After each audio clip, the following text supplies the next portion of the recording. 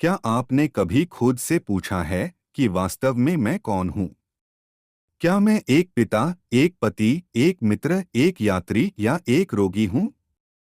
सच्चाई तो यह है कि एक पुत्र के आधार से आप पिता हो, पत्नी के आधार से आप पति हो। आप रेल में यात्रा कर रहे हो, इसलिए आप यात्री हो। आपकी सभी पहचानें, जो कुछ भी आप मान रहे हैं, वह सभी दूसरों के आधार पर है। तो फिर आप स्वयं कौन हो या मैं कौन हूं? एक पिता, एक पति या एक यात्री? यह ऐसे प्रश्न हैं जो आपके मन में जीवन भर में एक बार तो अवश्य आए होंगे। इन प्रश्नों के उत्तर जानने के लिए वीडियो को अंत तक देखें और चैनल पर नए हैं तो सब्सक्राइब जरूर करें। विलंब न करते हुए आरंभ करते हैं।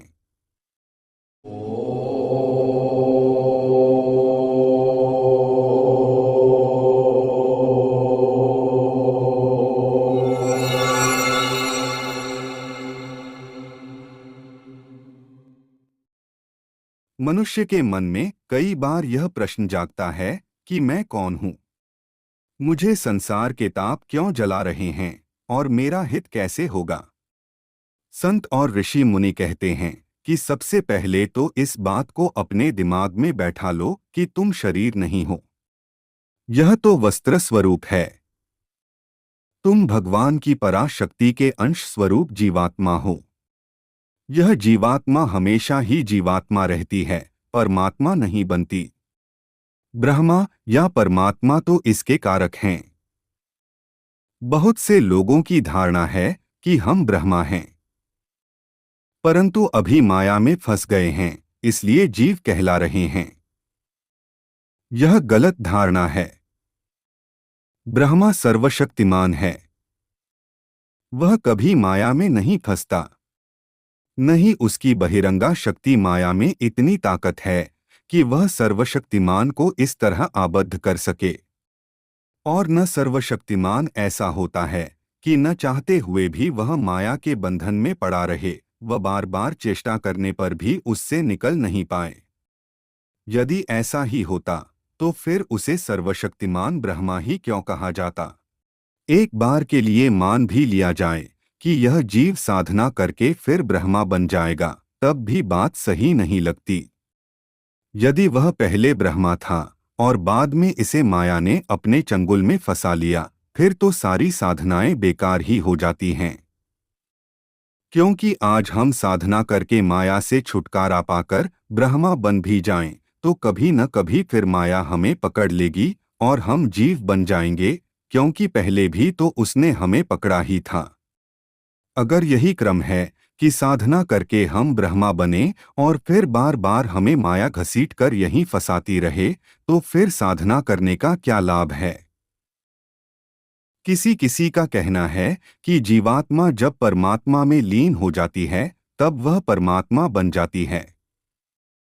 बूंद समुद्र में मिल जाने पर समुद्र ही बन जाती है। यह धारणा भी सही नहीं है। जीव नित्य है तथा उसका कारण स्वरूप परमात्मा भी नित्य है। जीवात्मा यदि परमात्मा में मिलकर अपना अस्तित्व खो देती है, तब तो शास्त्र की यह वाणी कि जीवात्मा नित्य है, यह कहना भी गलत हो जाएगा। यदि सभी जीवात्माएं देर सबेर परमात्मा ही बन रही होतीं, तो हनुमान जी, उद्धव और शबरी जैसे संत ऐसी प्रार्थना क्यों करते कि हे प्रभु, हम हमेशा आपकी सेवा करते रहें। ऐसा दुर्भाग्य हमारा कभी न हो कि हमसे आपकी भक्ति छूट जाए या आपके प्रेम से हम वंचित हो जाएं।